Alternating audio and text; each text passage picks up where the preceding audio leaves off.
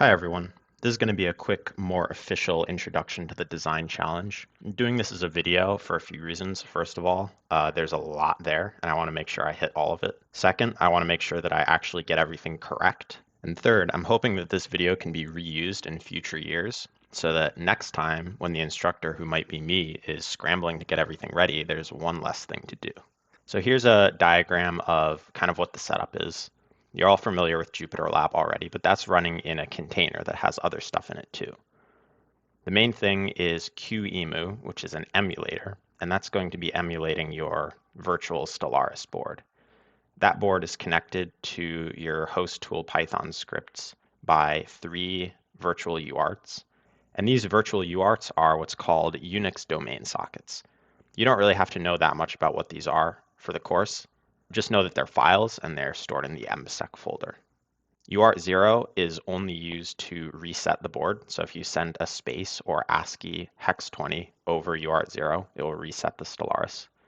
UART1 is the primary communication channel for the bootloader, and UART2 is for the firmware and debug messages. So at this point, you might be wondering, well, what are the firmware and the bootloader? We generally refer to software that's specifically developed for an embedded device as firmware because of how closely tied with the hardware it is.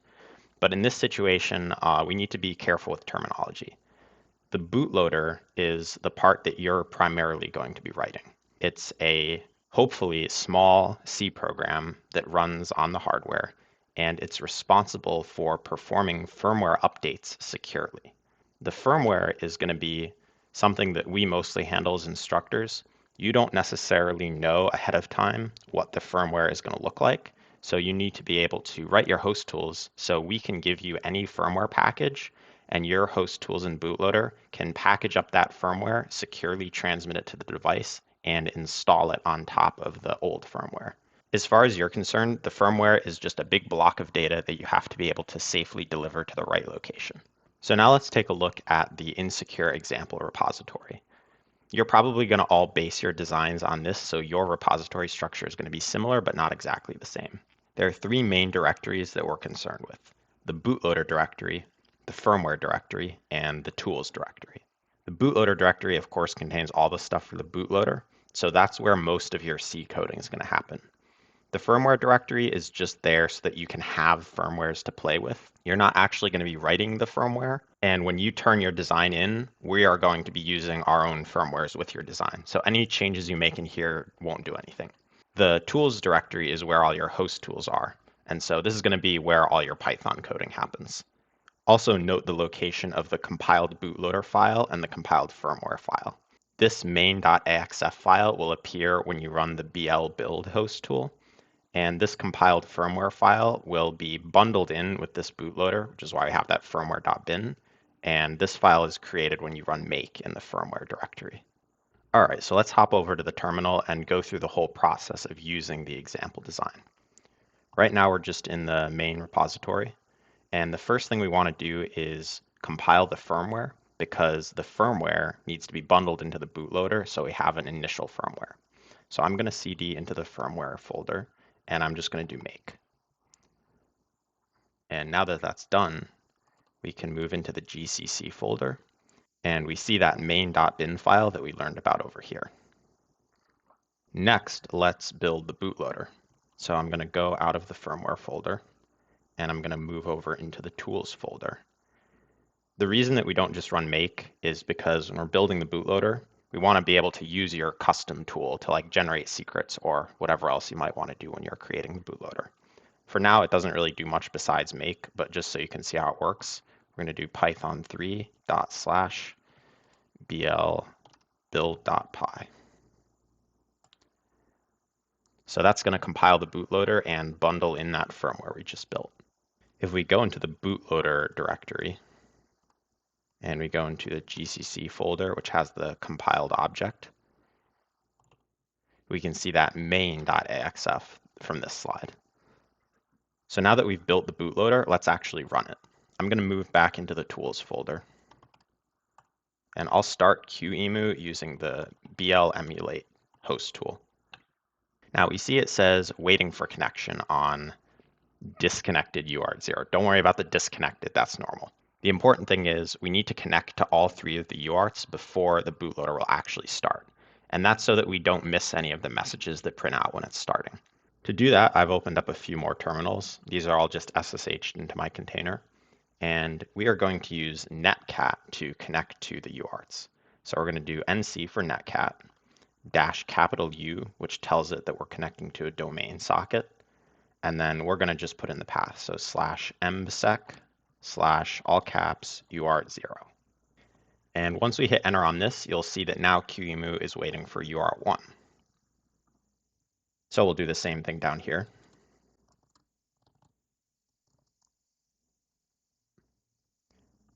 And then finally, UART2.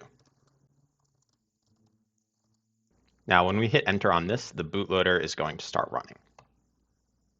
You'll see that we have this little debug message from the bootloader down here. The insecure example uses a pretty simple protocol. It's just the letter U to update and the letter B to run the firmware. Now, since we are not going to be typing in all the firmware data manually, let's just use B to boot the existing firmware.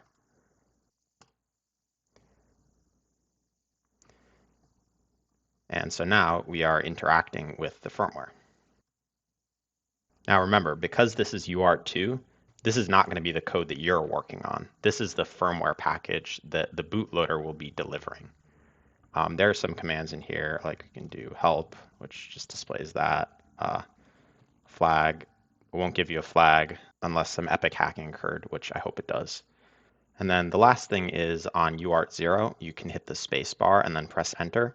And that will just reset the bootloader and you'll go back to seeing this message from the bootloader. Important takeaway here is that the bootloader boots first, and then the bootloader is responsible for installing and running the firmware. In this case, just booting the firmware because the firmware was already installed. You can quit the emulated device by going over to this left terminal and just doing Control-C, and that will stop UART and close all these connections. If for whatever reason they don't close, you can just do pkill-9 kekw, and that will make sure that there are no kews running on the system. Next, let's see how we can package and install a new firmware image. For that, we're going to use the fw protect tool. So Python 3, fw protect, and there are a few different arguments to this one. First of all, we have the input file, and this is just the freshly built, not encrypted, not protected firmware image. And since we're in the tool folders, we're going to go ... first, and then firmware gcc main.bin. All right, next, the output file. So this is going to be a similar file, except it's going to be encrypted with whatever scheme you come up with. In the example, it's not going to be encrypted. It's basically going to be the same thing, just with a little bit of data appended on. So I'll put that in the same place, and I'll just call it protected.bin. And next we have the version number. Version 0 can always be installed. That's considered the debug version. But other than version 0, your design must ensure that the version only goes up. So you shouldn't be able to install version 3 and then install version 2. In the attack phase, the designs will be provisioned with version 2 to start. And if you can get your opponent's designs to install version 1, then you get a flag. Just for demonstration purposes, I'm going to use version 0. And the last thing we need to specify is a release message. This will be printed out when we start the firmware. It doesn't really matter what this is. It's basically just a string that has to be saved in the protected firmware binary. And now if we take a look in that folder, we see our main.bin and our protected.bin. So now we can deliver this protected.bin using the fw update tool. All right, so before we update the firmware, we're going to actually have to start the bootloader running so it can receive the update. So we're going to go python 3./bl emulate.py. And now we can use the fw update host tool. The only parameter it takes is the firmware location, and this is going to be the location of the protected firmware. So /firmware gcc protected.bin. You'll see that it connects to the 3 ports and it delivers the firmware in a series of frames, ending with a frame with a length field of 0. Now, this is all just the protocol of the insecure example, so your protocol might be different, but that's how it works. Now that we've updated the firmware, we should be able to connect to the UARTs and see the new release message, which will confirm that it updated. And we'll send the B command on UART1, which is to boot. And there we go. There's our release message. So this is a new protected firmware that we've installed using the bootloader's update process. Lastly, I just want to take a little bit of time to explore the code a bit and look at how to use GDB. So here's the bootloader code, bootloader.c. There's a whole bunch of stuff in it, but the way you want to read this file is you want to find the main function, and you want to just kind of work your way through that and see what things are happening sequentially. So we see that as soon as the device starts, we're initializing the UARTs. There's some interrupt stuff, so this is how UART 0 is able to reset the device. This is putting the initial packaged firmware on, and then we're sending out that welcome message that we saw. Now notice these aren't printfs. These are UART write strings, so we're writing a string to UART2. This is going to be the main control loop. It's going to read 1 byte, and it's looking for either a U or a B. That's what these macros are. Good time to mention VS Code has this feature where you can right-click something and do go to definition, and it will jump you right to where it's defined. So you can easily see that that's a U. If you have a back button on your mouse, this would be a good time to press it, and it will actually jump you back to where you were when you right-clicked. I'm just on a touchpad though. You can do the same thing for functions. So right-click the function, go to definition, and boom, you're at the function. This even works between files and in Python. So for your Python files, if you maybe want to check out some of the UART libraries, you can do that and see them here, go into a new file. So I really encourage you to make use of VS Code's excellent code navigation features. All right, so let's say that we are loading the firmware, but something's going wrong. How would we use GDB to debug that?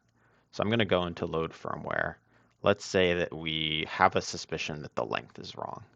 So here's where it's receiving the firmware size, and it's actually going to print that out on UART2, so we can just see it there. But let's just use GDB anyway, because this is a nice, easy example.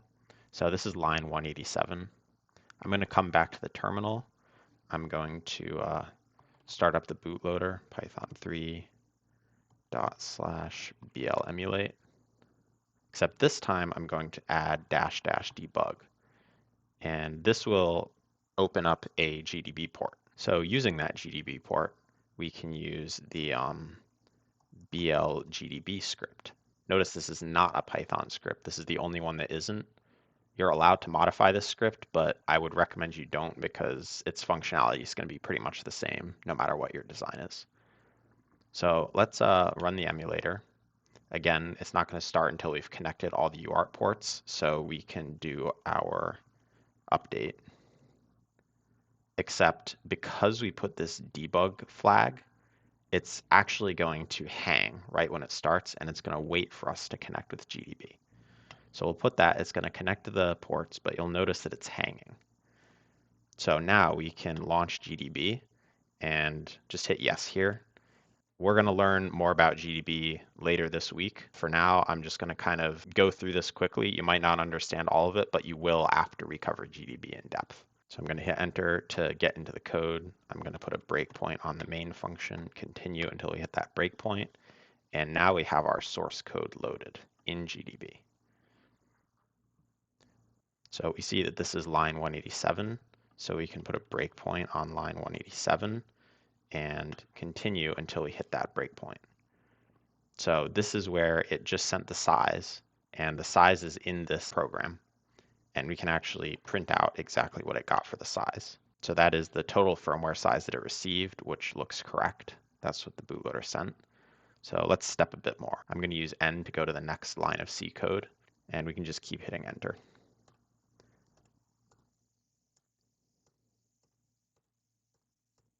This part is reading byte by byte, so rather than step through this entire loop, I'm just going to set a breakpoint a little bit lower at 227 and just go down to that one.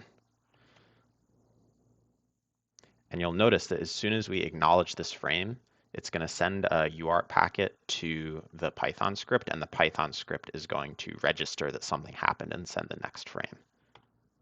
So now we see that the Python script acknowledged it. So this is a really awesome way for us to run these two things in parallel, but also be able to see exactly what the C code is doing and debug it at our own pace.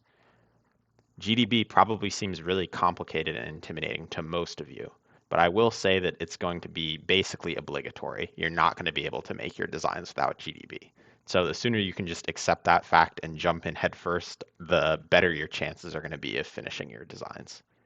And on that delightful note, I'll leave you to get to it.